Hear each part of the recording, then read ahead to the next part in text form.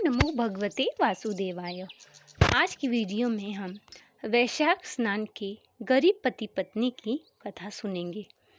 एक गांव था, वहाँ गरीब पति पत्नी रहते थे। पति लकड़ियों का गट्ठर ले आता और बेचने जाता। उन्हीं गट्ठरों में से पत्नी एक लकड़ी निकाल लेती और वह रोज वैशाख स्नान करने जाती थी।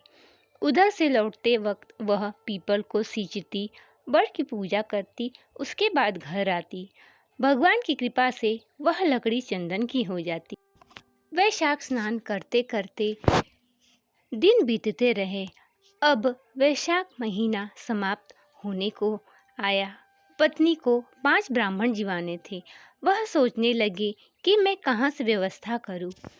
उसने जो लकड़ियाँ इकट्ठी की थी वह भगवान की कृपा से सारी चंदन की हो गई थी। वह लकड़ियों का गट्ठा लेकर बेचने गई।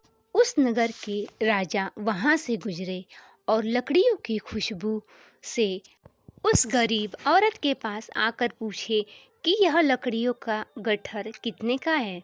वह कहने लगी कि जितनी आप चाहे दे दो, परंतु मुझे 5 ब्राह्मण जीवाने हैं। इतनी मुझे दक्षिणा दे दीजिए कि मैं अपने 5 ब्राह्मण को खाना खिला सकूं। राजा ने लकड़ियां ली और नौकरों से सारा सामान गरीब औरत के घर भिजवा दिया।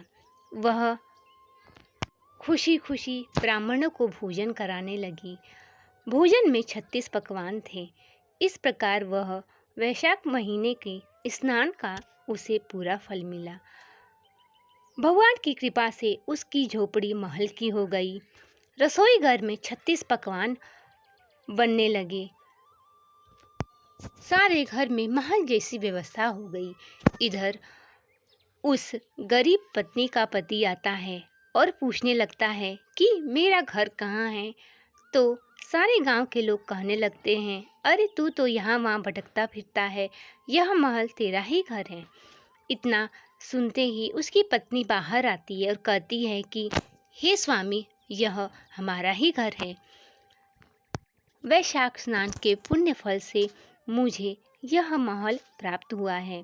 मैं जब आप लकड़ी का गट्ठा ले आते तो उसमें से एक लकड़ी निकाल लेती और वह लकड़ी चंदन की हो जाती। वैशाख स्नान के मुझे ब्राह्मण भोजन कराना था। तब मैंने ये लकड़ियों का गट्ठा ले जाकर बाजार में बेचा। राजा ने लकड़ियों का गट्ठा खरीदा और मुझे 5 ब्राह्मण जिमाने के लिए व्यवस्था कर दी। इस प्रकार जब 5 ब्राह्मणों ने भोजन कर लिया, भगवान की कृपा से हमारा घर झोपड़ी का महल बन गया और भगवान की कृपा से सारी व्यवस्था हो गई। इस प्रकार पति को तसल्ली हुई और पति पत्नी खुशी खुशी रहने लगे। हे भगवान, जैसे उस गरीब पति पत्नी को वैशाख स्नान का फल दिया, वैसे ही सबकी मनोकामनाएं पूर्ण करना और सबकी झोली भर देना। अब आइए सुनते हैं वैशाख स्नान की दूसरी कथा। पुराने जमाने में रतिदेव नाम का एक राजा था। उसके राज्य में एक ब्राह्मण रहता था जिसका नाम था धर्मकेतु। धर्मकेतु की 2 पत्नियां थीं। एक का नाम था सुशीला और दूसरी का नाम चंचलता था। दोनों पत्नियों के विचारों एवं व्यवहार में बहुत अंतर था।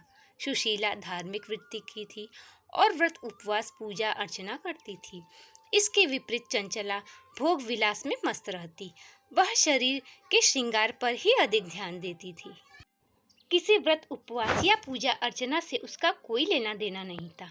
कुछ दिन बाद धर्मकेतु की दोनों पत्नियों की संतान हुई। सुशीला की पुत्री और चंचलता ने एक पुत्र को जन्म दिया। चंचलता सुशीला से कहती रहती कि सुशीला, तूने इतने व्रत उपवास करके अपने शरीर को सुखा लिया, फिर भी तेरे को लड़का नहीं हुआ। मैंने कोई व्रत उपवास या पूजा अर्चना नहीं की, फिर भी मुझे पुत्र जन्म मिला। कुछ दिन तक तो सुशीला सुनती रही, पर जब अति हो गई तो उसे बड़ा दुख हुआ। उसने गणेश जी की आराधना की। गणेश जी प्रसन्न हुए तो उसकी कृपा से सुशीला की पुत्री के मुंह से बहुमूल्य मोती मूंगे निकलने लगे। एक रूपवान पुत्र भी उसने जन्म। सुशीला का ऐसा सौभाग्य जगा तो चंचलता के मन में जलन होने लगी। उसने सुशीला की बेटी को कुएं में गिरा दिया, पर सुशीला पर तो गणेश जी की कृपा थी, उसकी बेटी का बाल भी बांका न हुआ और वह सकुशल कुएं से निकल आई। इस प्रकार हे भगवान, जैसे सुशीला को फल मिला वैसे ही सबकी झोली भरना और सब पे अपनी कृपा बनाए रखना। जो यह कथा सुने उसकी सभी मनोकामनाएं पूर्ण करना। तो दोस्तों, ये था आज का वीडियो पसंद आया हो तो चैनल को लाइक शेयर सब्सक्राइब करें और इस कथा को शेयर अवश्य करें। मिलते हैं अगले वीडियो में, तब तक के लिए नमस्कार।